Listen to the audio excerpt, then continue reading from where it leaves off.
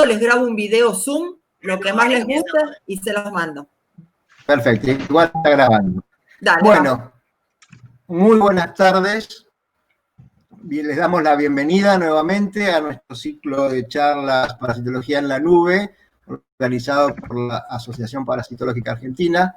Le vamos a pedir por favor a la audiencia que mantenga apagados los micrófonos y en lo posible también las cámaras, y que cualquier consulta, duda o comentario que quieran hacer sobre la charla la hagan por el chat, que después al final de la charla vamos a ir leyendo las preguntas y se va a ir respondiendo.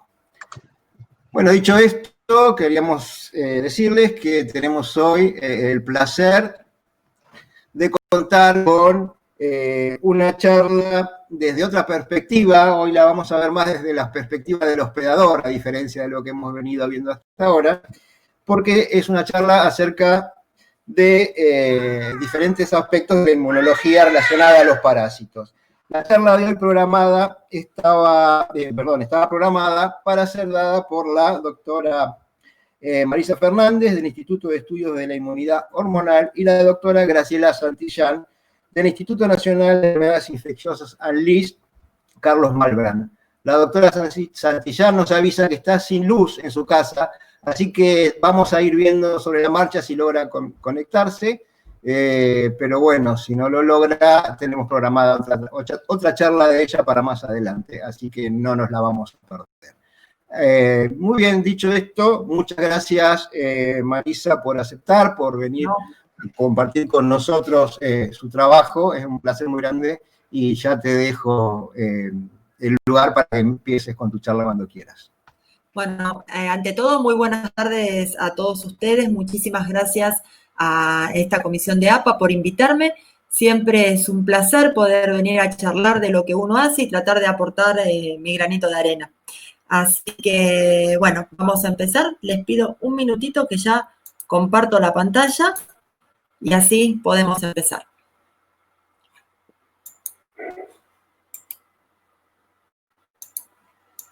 Bueno, como dijo Juan, mi nombre es Marisa Fernández.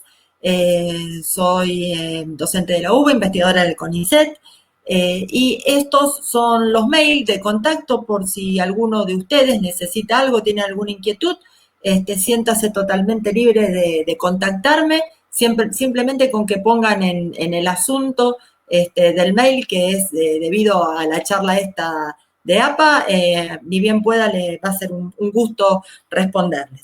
Bueno, hoy vamos a hablar un poquito de lo que es la inmunología de parásitos, y realmente me causó risa recién cuando Juan dijo que lo íbamos a ver desde el punto de vista del hospedador, porque yo diría que vamos a ver lo que el parásito le permite hacer al hospedador.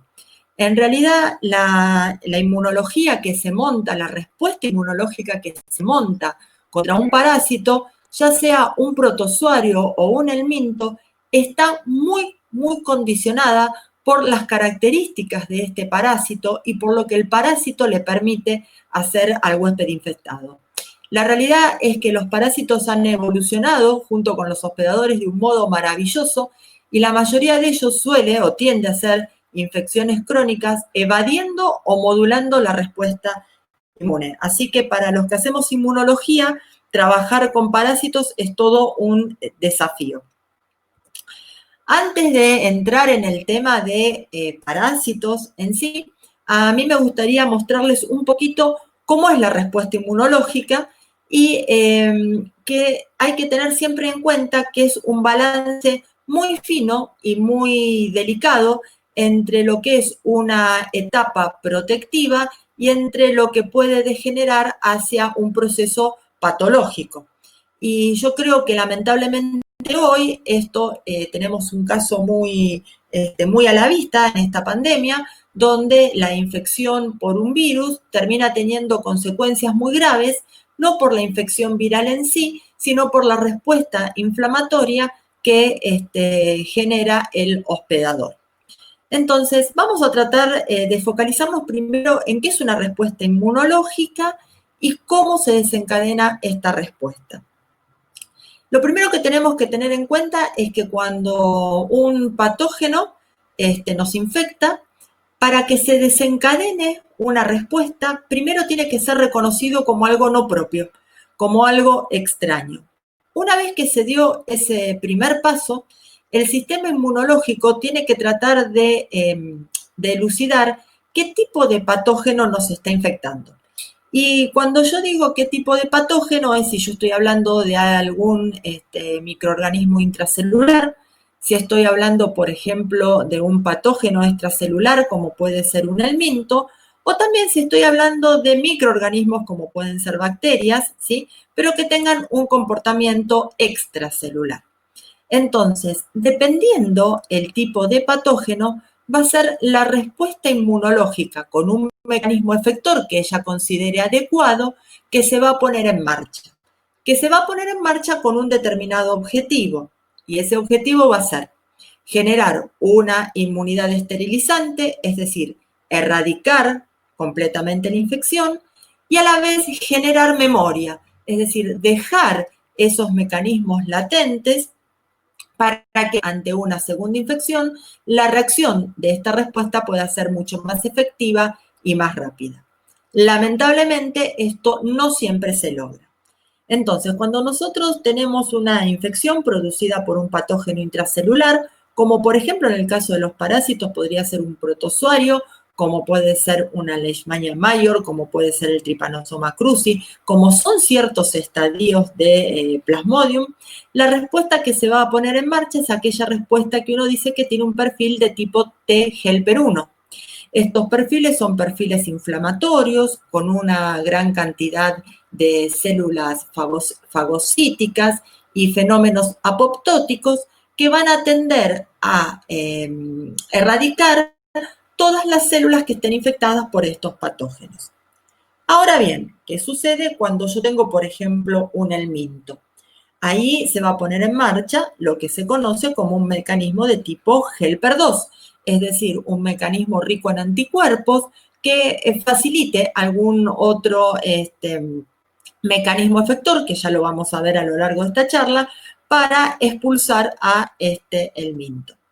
Cuando uno habla de bacterias extracelulares o cuando habla de infecciones fúngicas, se pone en marcha tal vez el más reciente estudiado de todos estos mecanismos, que es lo que se llama una respuesta de tipo 17, con una gran actividad de neutrófilos tendientes a erradicar estos patógenos.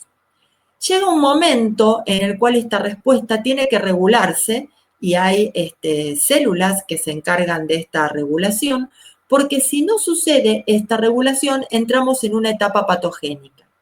Y la etapa patogénica es consecuencia de una inflamación desmedida que puede llevar, por un lado, a procesos alérgicos, tipo como si fuera el asma, a procesos inflamatorios crónicos, muchas veces también autoinmunes, como son las artritis, o a fenómenos inflamatorios, como son los que suceden a nivel intestinal o a nivel de piel. Entonces, esta regulación tiene que estar siempre y es lo que le hace a nuestro sistema inmunológico que en algún momento tenga que tomar una decisión. Yo, más que llamarlo que tenga que tomar una decisión, digo que llega un momento donde hay un punto de inflexión. Porque, ¿qué pasa? Cuando ni bien nos invade el patógeno, estamos en un proceso que denominamos infección aguda. En la infección aguda vamos a tener una balanza. Por un lado, nuestro sistema inmunológico con numerosas estrategias tratando de erradicar a este patógeno. Por otro lado, si me pongo del lado del patógeno, ahora este patógeno va a querer replicarse y expandirse, ¿sí? Como consecuencia de esta replicación y expansión, va, por un lado, a producir daño en diferentes tejidos y va también a hacer alteraciones en el sistema inmunológico. Si las estrategias que pone en marcha nuestro sistema inmune son adecuadas y oportunas, puede ser que suprima completamente al patógeno en esta etapa. Entonces vamos a seguir una etapa de recuperación, donde vamos a eliminar al patógeno y vamos a poder recuperar o reparar ese tejido dañado. Y a su vez nos vamos a poder deshacer de todas las células del sistema inmune que han intervenido en este proceso y que ya están desgastadas. Eso sería lo ideal y lo ideal va a ser que nos quede memoria y una respuesta inmunológica mucho más afín, mucho más depurada, por si alguna vez volvemos a ser infectados por este patógeno. Lamentablemente, esto no ocurre siempre y cuando uno llega a este punto de inflexión entre el cual podemos ir hacia la recuperación o si continuamos con una respuesta exacerbada, se puede ir a un daño mucho mayor. Si esta batalla la gana el patógeno, que también atenúa su patogenicidad, lo que sucede es que se entra en una etapa de infección crónica, donde la homeostasis que se establece entre el hospedador infectado y ese patógeno hace que el hospedador viva con cierta dificultad o no, depende del patógeno del patógeno, disminuya toda su virulencia para que el sistema inmunológico no continúe atacándolo. Esta parte es la que vemos en muchísimos parásitos protozoarios y también en algunos helmintos. Nuestro sistema inmunológico se aplaca porque ya el proceso inflamatorio es muy grande y entraríamos en una etapa de daño severo y el parásito logra adaptarse y sobrevive. Entonces entramos en una etapa de infección crónica. Fue por eso que yo dije que acá no vamos a hacer lo que el hospedador quiere, sino vamos a hacer lo que el parásito nos permite hacer. ¿Cómo se desencadena inicialmente una respuesta inmunológica? ¿Cuáles son los primeros actores en esta respuesta que le van a indicar a nuestro sistema inmune qué tipo de herramientas debe usar para erradicar a este, ahora sí, parásito? En el caso de que nosotros tengamos un parásito intracelular, estamos hablando de un protozoario, si no, no es posible, cuando ese protozoario transgreda diferentes epitelios, lo que va a suceder es que se van a liberar ciertas sustancias, mayoritariamente citoquinas, interleuquinas, que reciben el nombre genérico de alarminas. Estas alarminas van a impactar sobre células de la inmunidad innata, los linfocitos de la inmunidad innata de tipo 1 y las células NK van a ser las que respondan a este llamado. ¿Quiere decir que no hay otras? Sí, hay otras, no tienen receptores para estas alarminas. Estas células se van a activar y por un lado vamos a ver que estos linfocitos de la inmunidad innata van a secretar interferón gamma y TNF-alfa, que ahora vamos a ver la importancia que tienen todas las infecciones parasitarias por protozoarios, y van a llevar a una gran activación de macrófagos y a generar ese perfil de helper 1 del que hablé hoy, que va a tender a erradicar a este protozoario. Por otro lado, las células NK, que generalmente requieren de la existencia de un parásito vivo y activo para continuar activándose, van a tratar de generar la apoptosis de las células infectadas y van a inducir un perfil citotóxico importante. Si ahora tenemos una infección, por ejemplo, con un helminto intestinal, cuando este helminto interactúe con el epitelio intestinal, se van a secretar estas otras alarminas. Y acá le vamos a prestar mucha importancia a la alarmina o la interleuquina 33. En este caso, los que van a presentar receptores para estas alarminas son los linfocitos de la inmunidad innata de tipo 2, que lo que van a hacer va a ser secretar todo un perfil de citoquinas que van a llevar a una respuesta de tipo helper 2 que va a ser la más adecuada para eliminar a este parásito. En este caso no nos vamos a dedicar a esto porque esto es más para las infecciones fúngicas y de bacterias extracelulares, pero el criterio que uno puede seguir es el mismo que estuvimos diciendo hasta ahora. Entonces, focalicémonos en las dos respuestas que nos interesan a nosotros para ver cómo el hospedador puede, por un lado, eliminar el parásito y después me voy a poner un poquito desde el lado del parásito para ver cómo me puedo adaptar a la vida dentro de este hospedador. En el caso de que se hayan activado esas alarminas que estimulaban a los linfocitos de la inmunidad innata de tipo 1, se va a ver una gran secreción de interferón gamma y TNF-alfa que juntos estimulan al macrófago. un macrófago que hasta ese momento estaba en reposo y no tenía ningún tipo de activación. Ante la presencia del interferón gamma y el TNF-alfa, va a comenzar a secretar interleuquina 12, interleuquina 18, que va a continuar estimulando a las células natural killer. Estas células natural killer van a secretar más interferón gamma, que junto con la acción autócrina del TNF-alfa, que ya secreta el macrófago, y TNF-alfa, que también secretan ellas, van a inducir dentro del macrófago lo que se llama un fenotipo o perfil de tipo M1. El perfil de tipo M1 de los macrófagos es un perfil altamente inflamatorio, con una gran activación fagocítica y estallido respiratorio muy importante, es decir, una actividad que contribuye a eliminar los parásitos que se encuentran en las vacuolas internas a este macrófago. O sea, sería un mecanismo muy efectivo para eliminar protozoarios intracelulares que se alojen en vacuolas macrofágicas. Por otro lado, la presencia, esto sería una inmunidad innata, ¿no? La presencia de interleuquina 12, secretada tanto por el macrófago, y la presentación antigénica a nivel de las moléculas del complejo mayor de histocompatibilidad de clase 2 en las células dendríticas, cuando viajen al órgano linfoide secundario, donde se encuentran los linfocitos T, que son las células que regulan y orquestan toda la parte de la respuesta inmune adquirida, van a pasar de un perfil indiferenciado al que llamamos linfocitos T helper 0 y se diferencian a linfocitos T helper 1 dado por el microambiente de citoquinas que están viendo. Estos linfocitos helper 1 van a hacer dos cosas. Por un lado, van a estimular a los linfocitos secretar interleuquina 2 y va a haber una estimulación de linfocitos CD8 citotóxicos.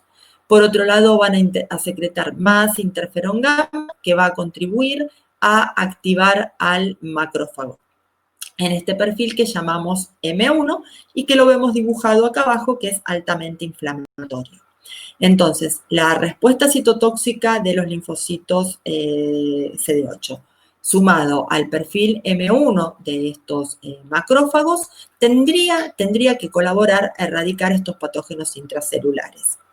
En algún momento esta respuesta tiene que parar porque tanto perfil inflamatorio daña los tejidos, entonces va a haber secreción de interleuquina 10 con un microambiente que va a apaciguar esta respuesta.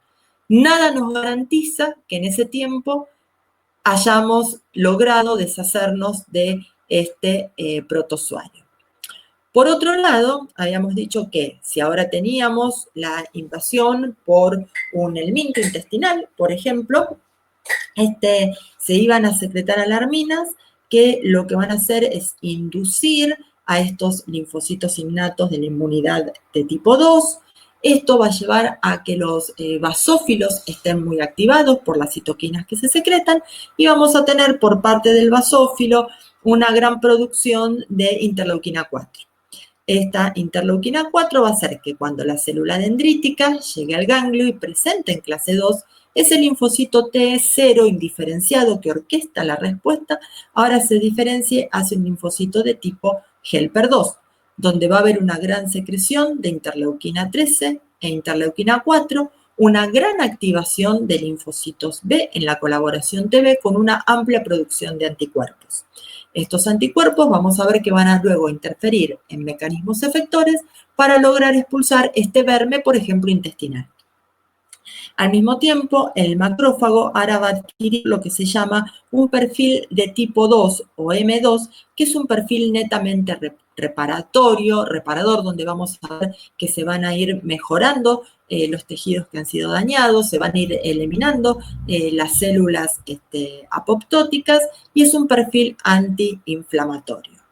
Nuevamente, nada nos garantiza en todo este proceso que hayamos logrado expulsar a este verme, ¿sí? Lo ideal sería, en cualquiera de los dos casos, erradicar completamente al patógeno que nos infectó y generar memoria para actuar más rápidamente en una segunda respuesta inmunológica. Entonces ahora vamos a comenzar ya directamente a hablar de casos específicos de parásitos y ver cómo nuestro sistema inmunológico va respondiendo y cómo el parásito lo va modulando. Entonces, cuando nosotros tenemos una infección por protozoario, muy estudiado en Leishmania, en Toxoplasma y en Trypanosoma cruzi. Se sabe que la producción inicial de esta citoquina, el interferón gamma, es fundamental para que pueda haber un buen control de la infección. El interferón gamma, como vimos recién, va a influenciar mucho, primero en la diferenciación de estas células y después también va a influenciar en la activación del macrófago, que lo habíamos visto antes hacia ese perfil M1. Por supuesto, también se va a querer que lleguemos a células de memoria que pueden ser tanto centrales, es decir, todavía no efectoras, o efectoras. Esto si tuviéramos una buena cantidad de interferón gamma que fuera estimulando. ¿Qué va a inhibir estos pasos? Bueno, cualquier cosa que genere lo que se llama un perfil de tipo 17 o cualquier cosa que induzca un perfil regulatorio antes de que se haya producido la eliminación total de este protozoario. Entonces, lo que nosotros deberíamos asegurarnos es un perfil inflamatorio dado por el interferón gamma sin que llegue a dañar al hospedador y que no haya un perfil antiinflamatorio reparador antes de tiempo. Cualquier cosa que induzca este perfil reparador, regulador antes de tiempo, va a hacer que nuestra respuesta inmunológica fracase y que este parásito pueda ejercer cronicidad. Para el caso particular del Trypanosoma cruzi, se observó que tiene diferentes estrategias. Cuando uno estudia la inmunidad en pacientes infectados, uno observa que ese paciente ha respondido contra la infección, contra el tripanosoma. Ese paciente montó una respuesta inflamatoria, ese paciente tiene anticuerpos, pero algo en todo esto falló. Y cuando desde el lado de vista, del punto de vista de los inmunólogos, nos ponemos a pensar qué es lo que falla, si yo estoy viendo los anticuerpos necesarios, la respuesta inflamatoria necesaria, pensamos que tal vez lo que se tiene que montar es una respuesta inmunológica diferente que logre evadir la evasión, perdonando la redundancia, que tiene este parásito de nuestro sistema inmunológico. Entonces, ¿qué es lo que se vio que puede ser Trypanosoma cruzi? Bueno, se observó que estas células dendríticas, que son las que viajan al ganglio, para desencadenar la respuesta inmunológica, mostrándole a los linfocitos T qué es lo que está pasando en la periferia, es decir, en el sitio de infección, pueden adquirir dos perfiles. Inicialmente, uno quiere que tengan un perfil inflamatorio presentador, es decir, mostrarle al linfocito T que estamos siendo infectados. Y hacia el final de la respuesta inmunológica, vamos a querer que tengan un perfil regulador, es decir, vamos a querer que haya interleuquina 10 y que la presentación antigénica no sea tan activa. ¿Qué es lo que pasa? Que cruzi logra que este perfil regulador surja al inicio de la infección. Entonces, está evitando de algún modo esta presentación antigénica a nivel del ganglio. ¿Cómo logra Trypanosoma cruzi este fenómeno? Bueno, o altera el perfil de citoquinas que liberan estas células dendríticas o le alteran el fenotipo. Estos son trabajos que se han visto in vitro y la alteración o de citoquinas o de fenotipo está muy relacionada con la cepa de Trypanosoma cruzi que se use. Por otro lado, se ha visto que las células NK son, y ahora después vamos a ver cuando termine con esta idea, la principal fuente de interferón gamma necesaria para controlar la infección por Trypanosoma cruzi en etapas tempranas, ¿sí? Entonces, lo que se vio que si uno aumenta de algún modo los niveles de interferón gamma, puede tener una parasitemia baja y controlada, mientras que si se provee al medio de interleuquina 10, se propicia muy tempranamente la cronicidad.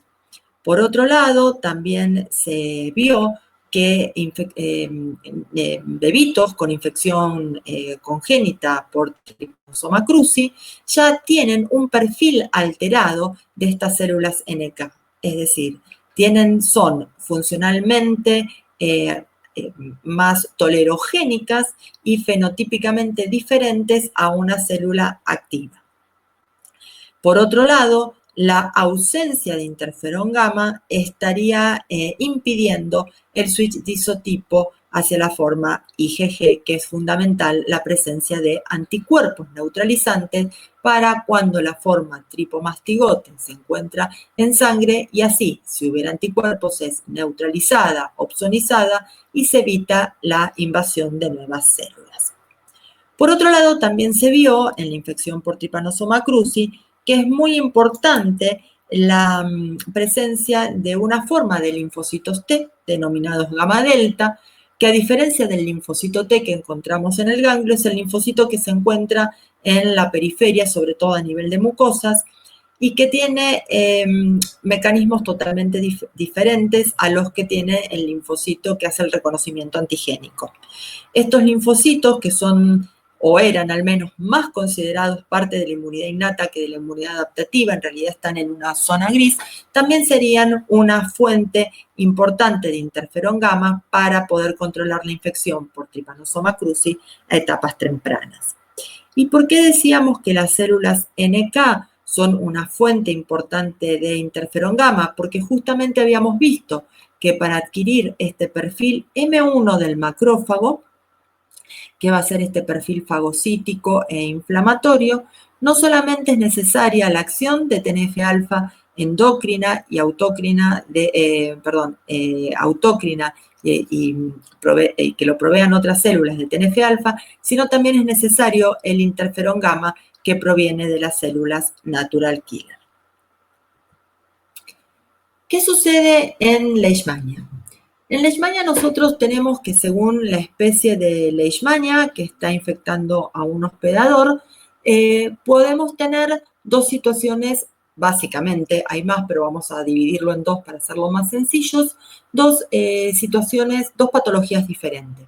Podemos tener una leishmaniasis cutánea que es de una resolución mucho más sencilla, o podemos tener una leishmaniasis visceral que es una afección mucho más complicada. En el caso de la leishmaniasis visceral, se estudiaron las citoquinas que eran necesarias para control de esta infección. Cuando uno tiene el linfocito T en ese estadio 0, indiferenciado, es el linfocito naïf en el ganglio linfático, se observa que una buena presencia de interleuquina 12 lleva a un perfil Helper-1 y esto secreta interferón gamma. Este interferón gamma, el que veníamos hablando recién para el Trypanosoma cruzi, este interferón gamma lo que va a hacer es inhibir la otra diferenciación hacia un linfocito T helper 2 o T helper 17, que es la otra forma que hay.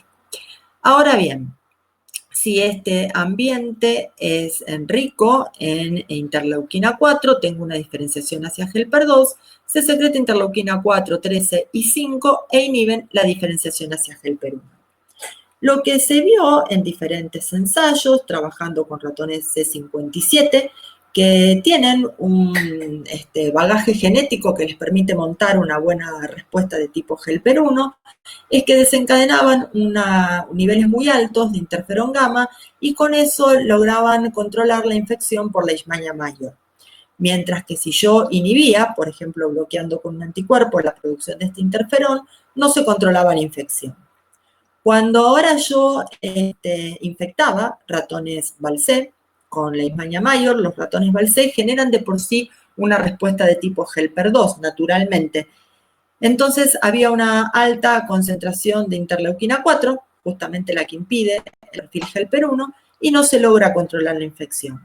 Si yo anulo de algún modo la producción de interleuquina 4, entonces controlan la infección. Esto era lo que se observaba experimentalmente y la respuesta a esto la tenemos en esta diapositiva donde se observa lo siguiente.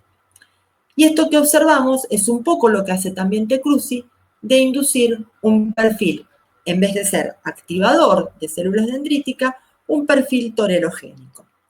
Si una célula dendrítica toma los antígenos de Leishmania mayor, antígenos, no es infectada por Leishmania, toma los antígenos, entonces viaja hacia el ganglio y desencadena una potente respuesta de tipo inflamatoria, con citoquinas que van a hacer que el linfocito T helper 0 se diferencie un linfocito T helper 1, que este linfocito T helper 1 secrete un montón de interferón gamma y que logre activar al macrófago con este mecanismo de una fagocitosis exacerbada, un muy buen estallido respiratorio para matar a las leishmanias. Por otro lado, va a haber también una muy buena activación de linfocitos T citotóxicos que puedan matar en la periferia todas aquellas células que estén infectadas. ¿Qué sucede ahora si la célula dendrítica es infectada por leishmania?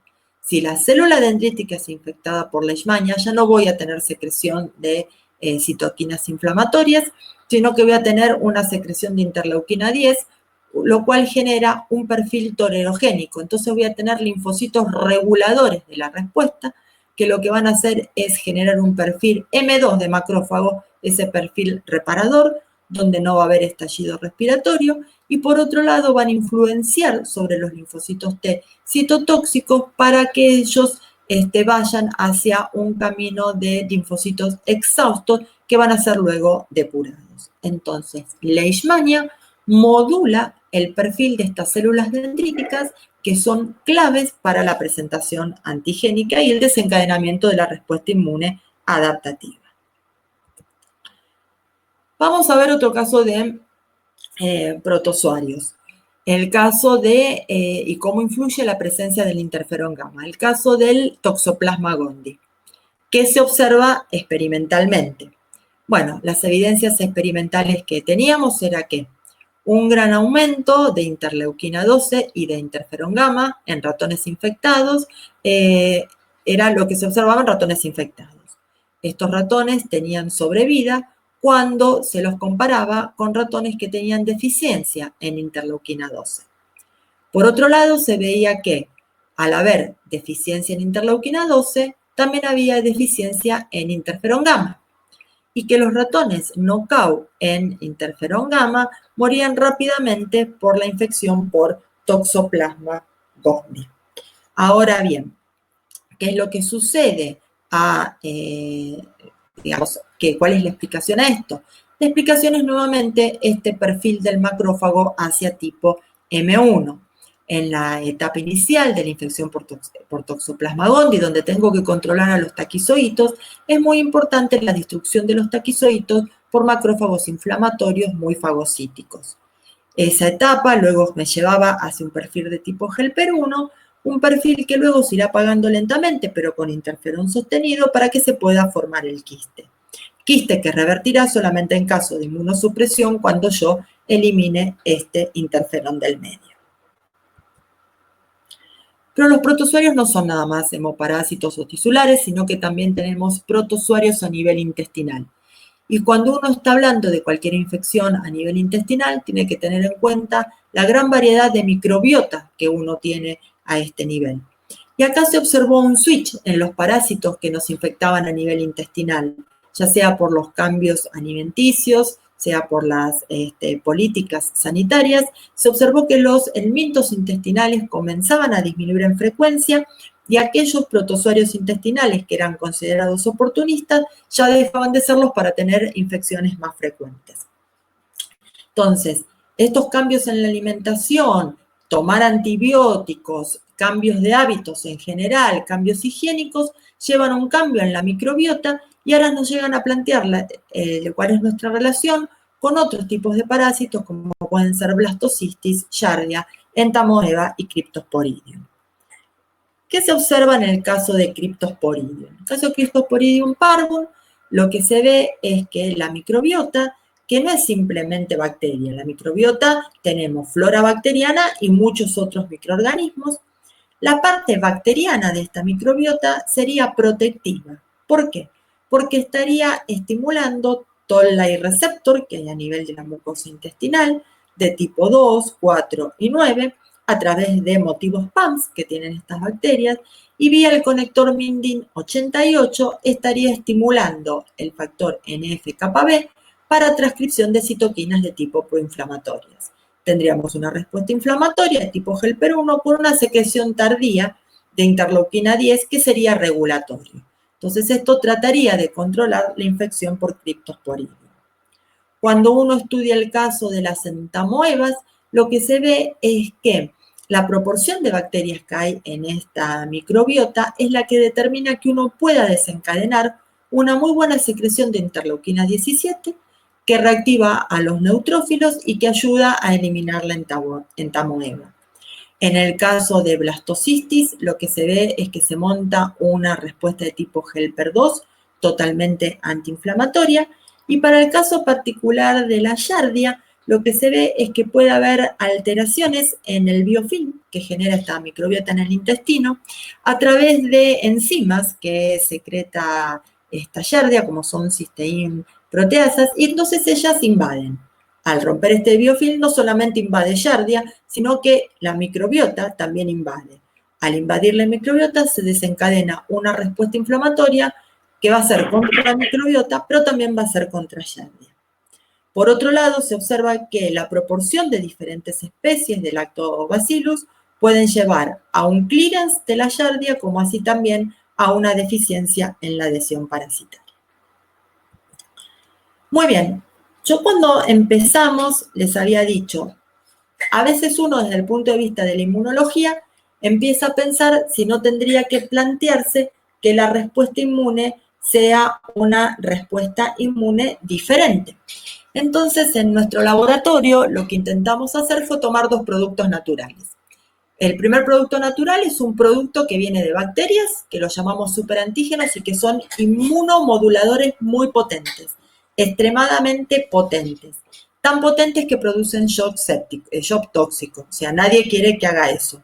Pero son tan potentes que generan, por un lado, una respuesta inflamatoria sostenida y por el otro lado, alteran el mecanismo de presentación antigénica.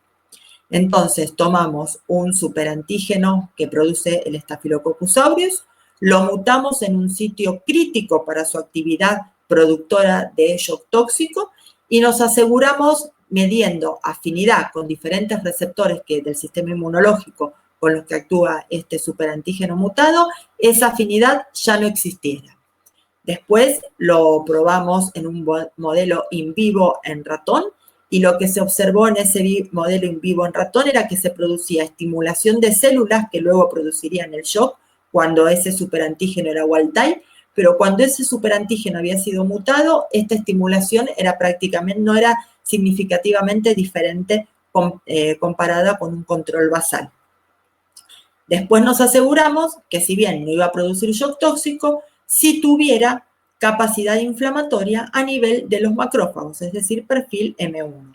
Entonces, lo que se midió fue el superantígeno wild type y el superantígeno mutado a nivel de los macrófagos, la proliferación y la secreción de nitritos como marcadores de activación y que seguían siendo activos. Lo que hicimos fue probar dos modelos, uno en el cual creamos una quimera totalmente artificial por ingeniería genética de este superantígeno con un epitope inmunodominante de T. cruzi, el dominio N-terminal de la crucipaína del Trypanosoma cruzi, una cisteína proteasa del parásito. Y por otro lado lo que hicimos fue otro modelo en el cual teníamos este superantígeno mutado y el dominio N-terminal separado.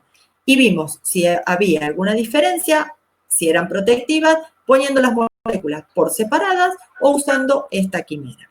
Desde ya les digo que el uso de esta quimera es mucho más sencillo porque se manipula mejor el inmunógeno.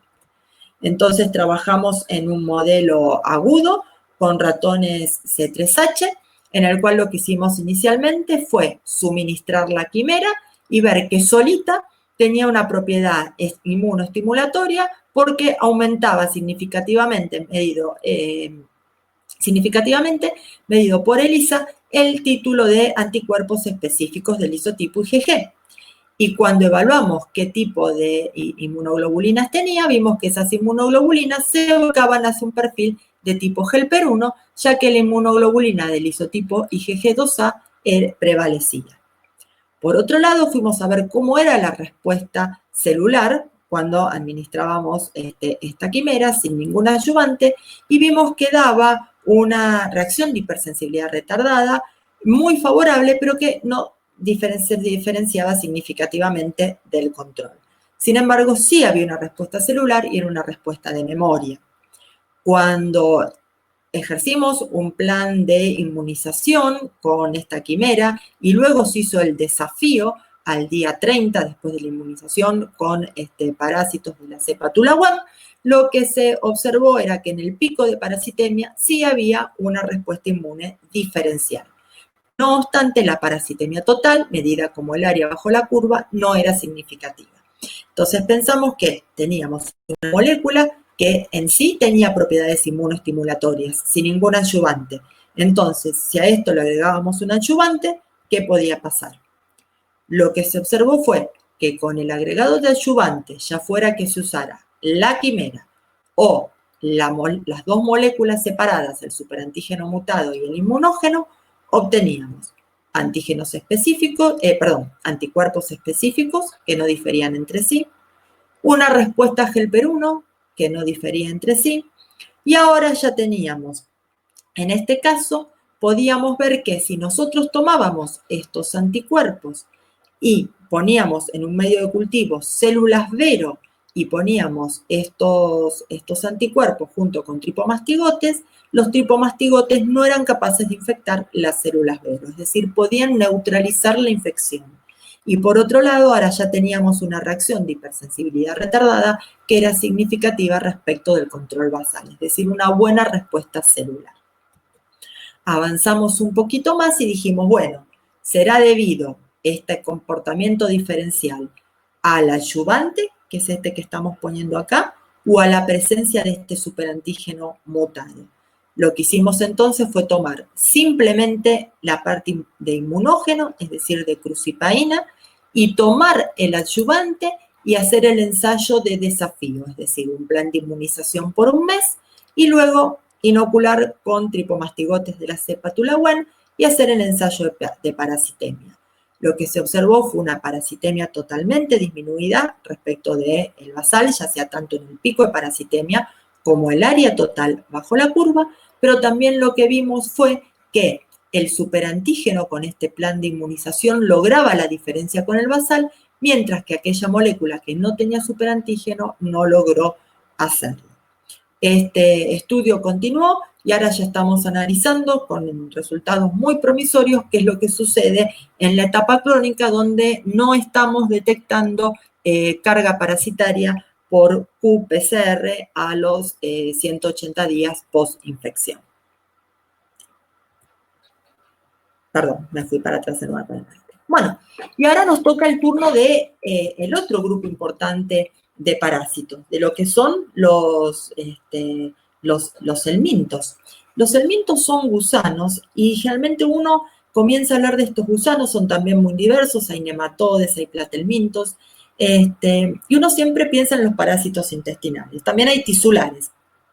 Pero si uno comienza a pensar en lo que es cualquier daño a nivel de un epitelio, va a ver que hay secreción de estas alarminas y vamos a ver, como vimos hace un ratito, que se desencadena una respuesta de tipo helper 2, donde se va a ver una gran estimulación de los linfocitos B con una importante producción de anticuerpos, donde el isotipo predominante va a ser la IgE y la IgG de tipo 1 en el humano. Va a haber mucha interleuquina 5, interleuquina 4 en el medio, mucha activación del mastocito y de los eosinófilos, y esto muchas veces lleva a que también haya procesos de alergia. Estos anticuerpos finalmente van a eliminar a este patógeno. ¿Cómo? Ya sea neutralizándolo, fijando complemento, o bien a través del mecanismo que es la citotoxicidad celular dependiente de anticuerpo o ADCC, donde median anticuerpos específicos que reconocen antígenos en la superficie del helminto y a los cuales se unen diferentes formas celulares. A nivel de donde ocurrió el daño, si es por ejemplo el intestino, lo que va a suceder es que va a haber una respuesta muy rica en interleuquina 33 e interleuquina 13 con una importante secreción de mucus que va a tratar de envolver este helminto para expulsarlo. Y todo esto también se va a ver acompañado de un aumento de la contractilidad, de la movilidad intestinal para expulsar este helminto. El mastocito es sumamente importante en la eliminación de los helmintos Y estos mastocitos pueden ser activados de diferentes formas, porque unen anticuerpos a través de los receptores para los fragmentos FC de los anticuerpos y después pueden hacer ADCC, porque son activados por la interleuquina 33 o porque son activados por inmunocomplejos formados por IgG. ¿Por qué recalco acá lo de la interleuquina 33 y lo de los receptores FC para la IgE? Porque lo que se observa en muchas infecciones por helmintos es que estos helmintos llevan a una producción muy importante de IgG, ya sea específica y no específica. Cuando uno tiene IgE específica, se puede llevar a cabo este proceso de ADCC e eliminar al patógeno. Pero cuando hay un gran aumento de IgG no específica, como sucede, por ejemplo, en las infecciones por Schistosoma manzoni al inicio de la infección, lo que se ve es que esta IgG inespecífica desplaza a la específica y el mecanismo de ADCC, que implica reconocer antígenos sobre la superficie del helminto, no puede darse efectivamente. Por otro lado, se ve que también la gran presencia de esta IgG inespecífica de algún modo en el modelo de Schistosoma manzoni ayuda, si bien no disminuye la carga parasitaria, impide que haya formación de granuloma, o sea, es un proceso no inflamatorio. Por otro lado, yo les recalqué la interleuquina 33. En los helmintos son muy importantes las vesículas extracelulares con productos de excreción-secreción. En estas vesículas lo que emiten estos parásitos son productos capaces de modular la respuesta inmunológica. Y esta respuesta inmunológica, la interleuquina 33, es vital para que estos linfocitos de la inmunidad innata propicien una respuesta después de tipo helper 2 no inflamatoria que elimina el parásito. ¿Qué hacen estos productos? Lo que van a hacer es inhibir esta activación de los linfocitos de tipo helper 2. Del tipo 2, no helper 2, esos son los linfocitos T. Lo que va a suceder es la interleuquina 33, que se libera cuando hay daño de un epitelio, por ejemplo, se une a su receptor y ahí desencadena toda una serie de señales intracelulares que lleva tanto a la producción de una respuesta inflamatoria como una respuesta de tipo 2, ¿sí? Lo que hacen los helmintos con estos productos es bloquear el receptor, entonces ya la interleuquina 33 no tiene dónde actuar. Por otro lado, también suprimen la actividad del macrófago, ya sea tanto hacia un perfil M1 como M2, y la supresión de un perfil de tipo M2 hace que no esté este producto reparador que lleva a llenar de mucus y a enquistar al helminto para favorecer su expulsión. En un resumen de esto que se vio después experimentalmente, fue administrando primero los productos de excreción-secreción y por otro lado los productos de excreción-secreción neutralizados con anticuerpos específicos. ¿Hacen esto nada más? No, tienen otro tipo de maneras de inmunomodularnos para hacer ellos lo que quieren. En el caso de Echinococcus granulosus, se ve que a través de componentes del líquido hiratídico y del antígeno B, lo que hacen es alterar la funcionalidad de las células dendríticas y también impedir la diferenciación de los monocitos a macrófagos activos. Y un efecto similar, pero esta vez ejercido a través de una fosforilcolina, se ve en ciertas filarias. En el caso de Trichuris, se ve que regula a través del sistema MIND88 a los Toll-like receptors de tipo 4, alterando la respuesta inflamatoria. Y también se ve que muchos productos de excreción-secreción lo que hacen es vía los TLR cambiarle el fenotipo a las células dendríticas. En fasciola hepática, por ejemplo, se ve que hay biomoléculas, como es el antígeno tegumentario y la catepsina L1, que lo que hacen es interferir con la vía ERK a nivel de, por ejemplo, de células dendríticas o NF-kappa-beta, que impidan que haya un perfil helper 1 o helper 2. Directamente suprimen la respuesta. A nivel adquirido, en el caso de Trichinella spiralis, lo que tenemos es se deduce un perfil regulatorio ya en el nivel, en el estadio L1, que lo que hace es permitir que se asente como célula nodriza y ahí ejerza la cronicidad.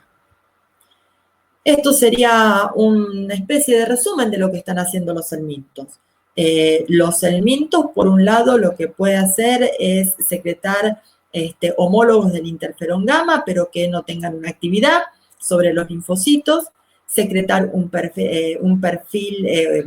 componentes que generen un perfil regulatorio rico en interleuquina 10, ¿sí? O inducir un perfil más de tipo 17 que no va a ser efectivo.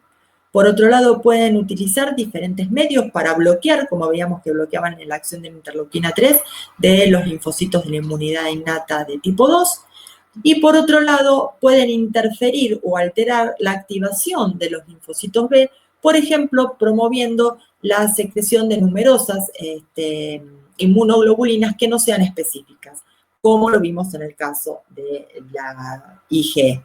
Bueno, como verán, esta charla fue más de mostrarles qué es lo que nos hacen los parásitos a nuestro sistema inmunológico que lo que realmente debería ser nuestro sistema inmunológico. Muchísimas gracias.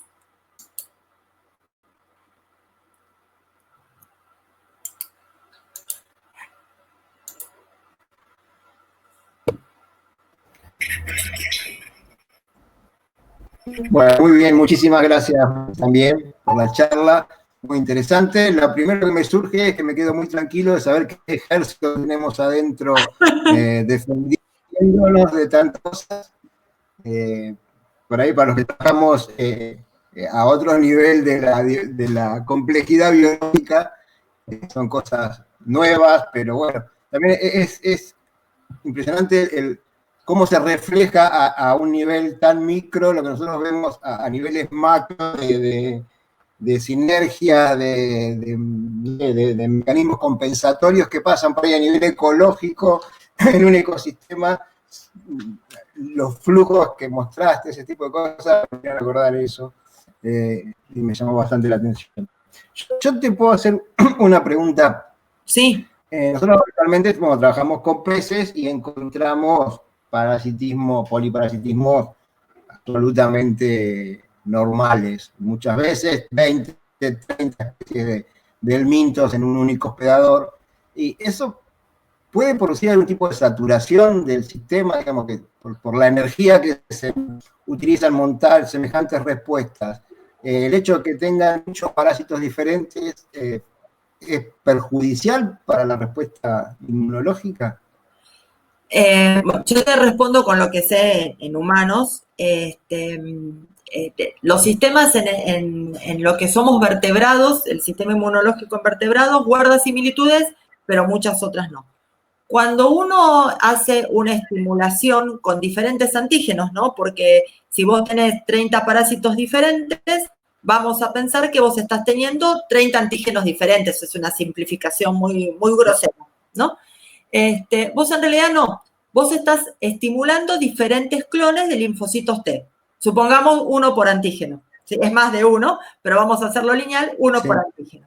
Entonces, son diferentes clones, se estimulan diferentes clones, la respuesta inmune no le pasa nada. De hecho, cuando nosotros nos vacunan, estamos recibiendo la sextuple viral, la cuádruple bacteriana, eso quiere decir, me dan 6 virus diferentes, 4 bacterias diferentes, después tengo la combinada no sé cuánto, que son 3 de uno, 2 del otro. O sea, estamos teniendo una estimulación de nuestro sistema inmunológico con, por ejemplo, 6 microorganismos diferentes al mismo tiempo. Y respondemos a eso. El problema de agotar, o sea, de producir tolerancia por exceso de antígeno en una respuesta inmunológica, surge si yo estimulo siempre con lo mismo. Es decir, lo que podría llevar es si vos me decís que yo tengo especies, por ejemplo, de parásitos, ponele en el hombre, porque desconozco de las especies de peces, sí. Pero en el hombre, por ejemplo, tenés Trypanosoma y Leishmania, comparten muchos epitopes. Entonces, yo puedo estar saturando, si yo estoy estimulando con el mismo antígeno, digamos, muchas veces al mismo linfocito, por decirlo de un modo muy general. Eso sí, pero cuando vos lo haces con cosas diferentes, no. Es como que nuestro sistema responde a todo. El problema también es cómo aguantamos nosotros esa respuesta.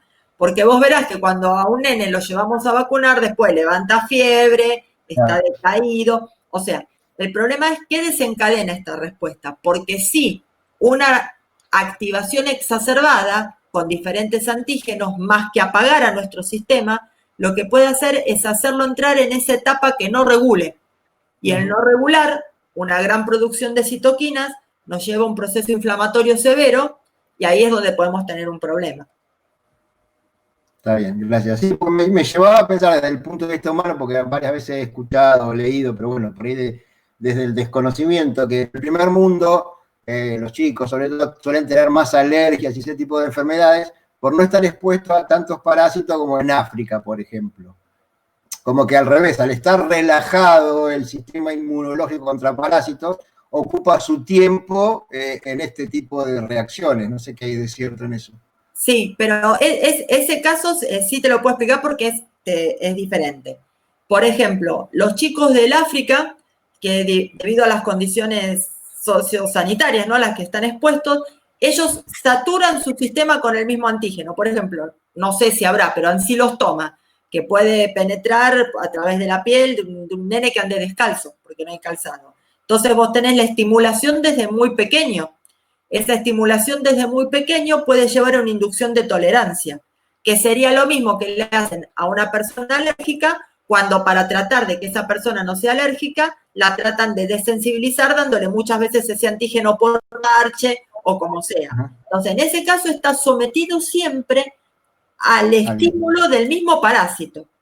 Yo lo que vi en humanos de infección múltiple fue en un estudio que hicimos allá por el año 1999, 2001, después, sí, entre esos 2 años fue en el cual trabajamos con una comunidad aborigen del noroeste de nuestro país, los chorotes. Esa gente había cosas que eran debido a condiciones sociosanitarias y otras condiciones culturales, ¿no? Había como una mezcla. Les llegamos a encontrar hasta 6 segmentos diferentes y chagas y leishmaniasis todos, no se salvaba ninguno.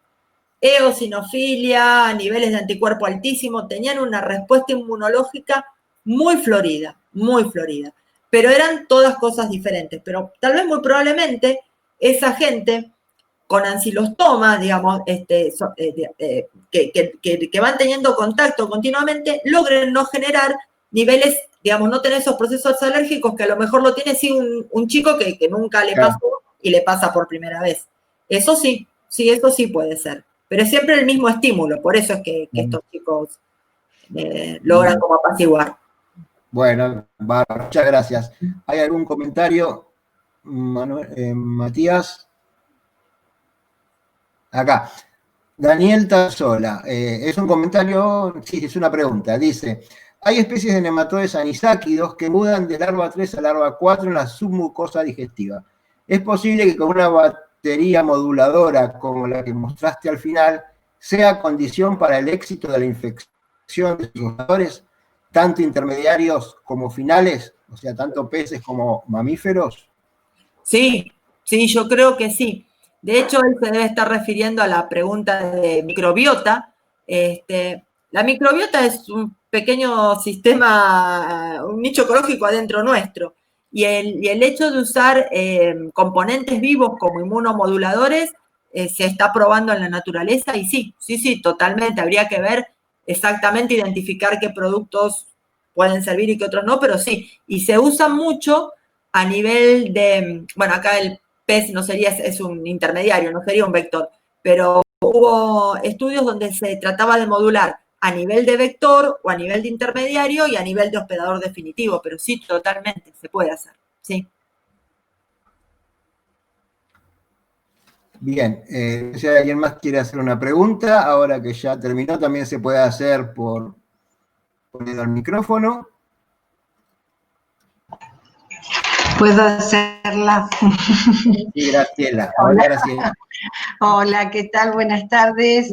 Felicitaciones, realmente como dijo nuestro colega acá en el chat, Daniel Tanzona, una actualización extraordinaria. Bueno, muchas gracias. Sí, realmente nos prepara muy bien para entender muchos aspectos de la parasitología. Mira, yo quería hacerte dos preguntas, si puedo. Una que tiene que ver, me acuerdo que cuando recién empezamos a estudiar los helmintos de ratones, aparecía en la mucosa intestinal como nosotros le llamábamos lesión en panal de abejas y decíamos, uy, esto debe ser algún protozoo. Se lo dimos al histólogo de nuestro instituto y nos dijo eran las placas de Peyer, que era como, y yo lo interpretaba como el sistema inmune exacerbado ante la presencia de tantos parásitos, porque eran cientos y en la primera parte del intestino delgado. ¿Hay algo de esto en ese tipo de morfología que aparece en el epitelio, que uno lo refiere como una lesión, pero es parte de la estructura normal del epitelio, Sí, ¿o no? lo interpretaste perfectamente, perfectamente. La placa de Peyer, y si alguna vez llegas a tener una, por favor, mandame la foto. Uy, no, tenemos un montón, te lo vamos a mandar. Mandámela porque para mostrársela a los alumnos. La placa de Peyer es, para hacer una analogía, el órgano donde se desencadena la respuesta inmunológica a nivel del intestino. Es una estructura que está contenida donde se desencadena la respuesta inmunológica a nivel de intestino. En el intestino uno tiene que el antígeno penetra a través de las células M, etcétera, etcétera, y drena, en cierto modo, directamente o es llevado por células dendríticas a estas placas y ahí comienza la respuesta inmunológica. Esto se inflama como se inflamaría un ganglio. Claro. Entonces vos, ante esta respuesta exacerbada, la placa de Peyer, que en un intestino normal vos no la vas a ver, a simple vista, ahora, ¿cómo deberían estar estos bichos?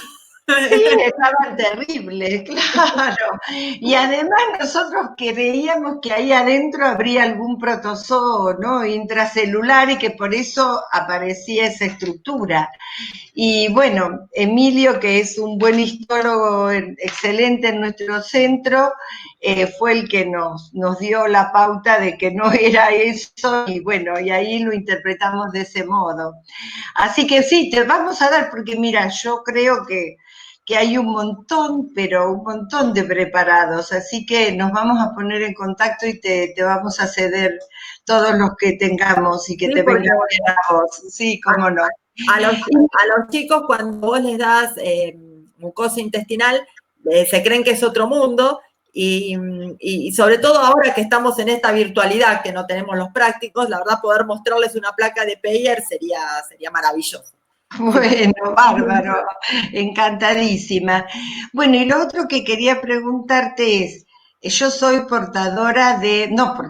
soy enferma de una toxoplasmosis ocular, pero que me infecté ya siendo grande, lo cual medio salí de la normalidad, porque me decía la oftalmóloga que a veces son infecciones congénitas y demás. Yo lo que te quiero preguntar, lo que yo tengo en el ojo es ya la cronicidad de esta patología y que se activa, por ejemplo, me ha pasado ya en 2 o 3, desde que me infecté por primera vez a esta fecha, que son, qué sé yo, han transcurrido como 6 años más o menos, he tenido recidivas, inclusive bilateral también, o sea, pasó al otro ojo.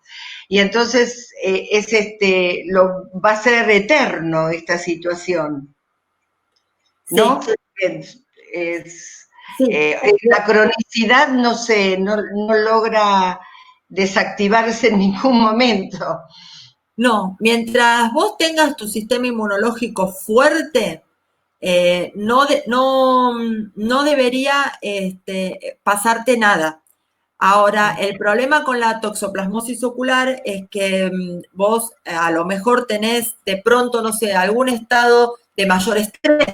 Sí. Y en ese estado de mayor estrés todos sufrimos un pequeño desbalance del sistema inmunológico.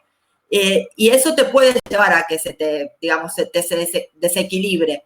Entonces, a lo mejor tomando alguno de estos medicamentos que refuerzan el sistema inmune, con eso logres controlarlo, porque mientras tenemos nuestro sistema inmunológico bien, el toxoplasma rara vez se altera. Lo que pasa es que un pequeño desbalance, que uno está más allá de uno controlarlo, te puede llevar a esto. Pero sí, cuando uno tiene toxoplasmosis ocular es porque ya el quiste, digamos, se formó a ese nivel, y eso, en realidad vos tuviste toxoplasmosis en todo tu cuerpo. Claro.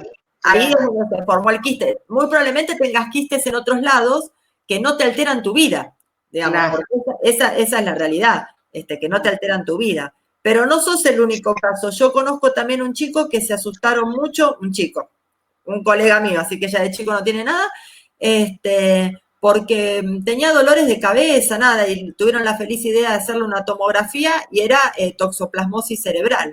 No, mira. Y pensaron también que podía ser, y bueno, y también él está controlado para que esto no se active. Y también dicen que debe haber sido de grande, no sé cómo habrán llegado a esa conclusión, pero es más frecuente de lo que uno piensa. Bueno, muchas gracias y felicitaciones, hermosísimas. No, muchas gracias a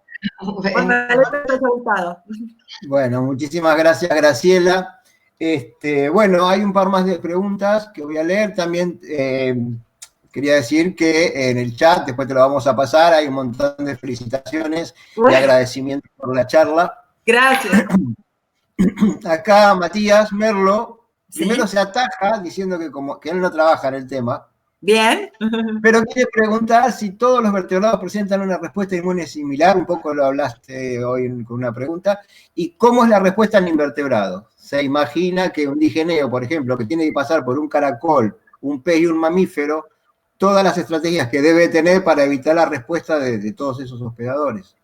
Sí, es así. La respuesta inmune en los vertebrados, donde mejor está estudiada obviamente es hombre y mamíferos superiores, pero la respuesta inmune en los vertebrados es,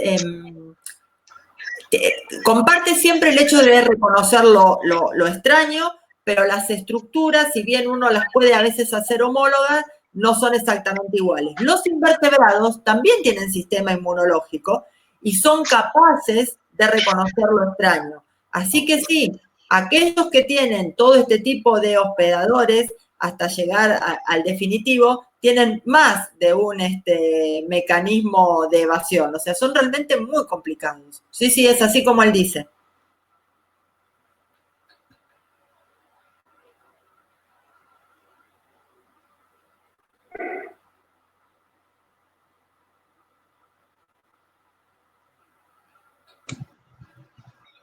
Gracias.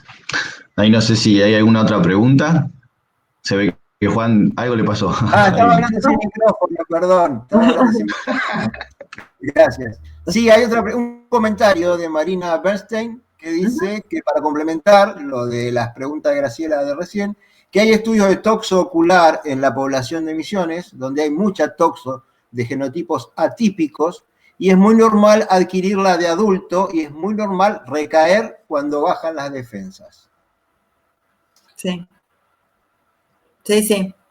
Es un complemento a lo que venía diciendo. Y una pregunta por ahí un poco más mía, desde el punto de vista evolutivo, ¿hay evidencias de que haya pérdida de capacidad inmunológica? Evolutivamente me refiero, porque una de mis dudas existenciales es por qué los parásitos son tan malos hospedadores. Los parásitos no están parasitados, hay muy poco hiperparasitismo en la naturaleza. Sí.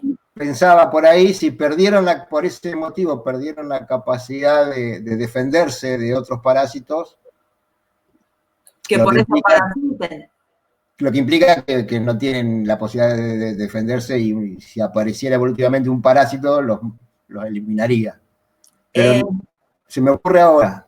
Bueno, en realidad el parásito, lo estoy pensando ahora porque no me lo había planteado, pero en realidad el parásito tiene una dependencia metabólica absoluta con su hospedador. Hay pocos parásitos que son capaces de tener un ciclo de vida libre, completamente libre y asociado al hospedador. Entonces, toda esa dependencia metabólica, que además, digamos, el hospedador le da morada, nutriente, todo lo que se te ocurra, también es un nicho que lo protege, porque, digamos, él está adentro de otra persona protegido. Vos pensás que siempre tienen una reclusión anatómica favorable, o sea, no quedan dando vuelta en sangre o sueltos en el intestino, sino que forman un quiste o se alojan adentro de una célula. Así que algo de eso debe haber. Sí, un hiperparasitismo yo la verdad no conozco casos, y tampoco conozco que tengan ningún sistema de defensa muy elaborado. Claro. Pensarlo en protozoarios me resulta casi imposible, porque nada más que por el tamaño que tienen, digamos, ¿no? Sí, no, hay muy pocos casos y la mayoría de los casos que hay son helmintos parasitados por protozoarios o por mixosporidios, o que no son protozoarios, pero son microparásitos, por microparásitos en general, o por microsporidios que son más bien hongos, pero de ahí me generó la duda de que el sistema inmune tiene un parásito para defenderse.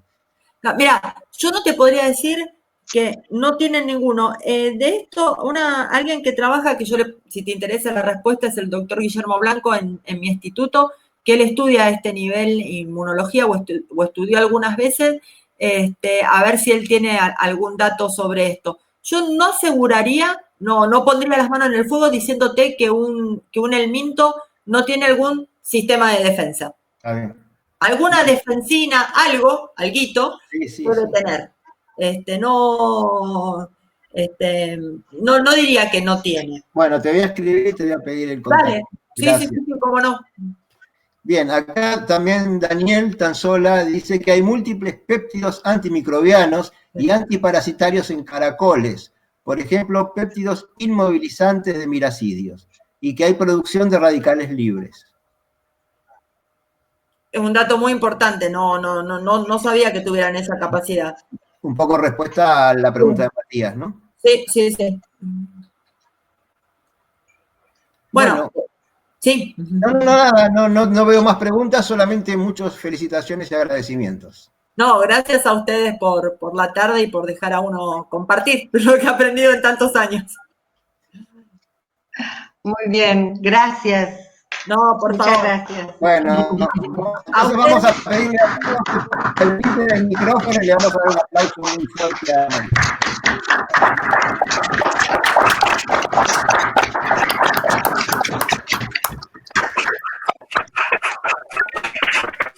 Muchísimas gracias a ustedes y ahí queda mi mail para aquel que quiera hacer cualquier consulta, no hay ningún inconveniente. Buenísimo, bueno. Muchísimas gracias. Yo me voy a comunicar. Bueno.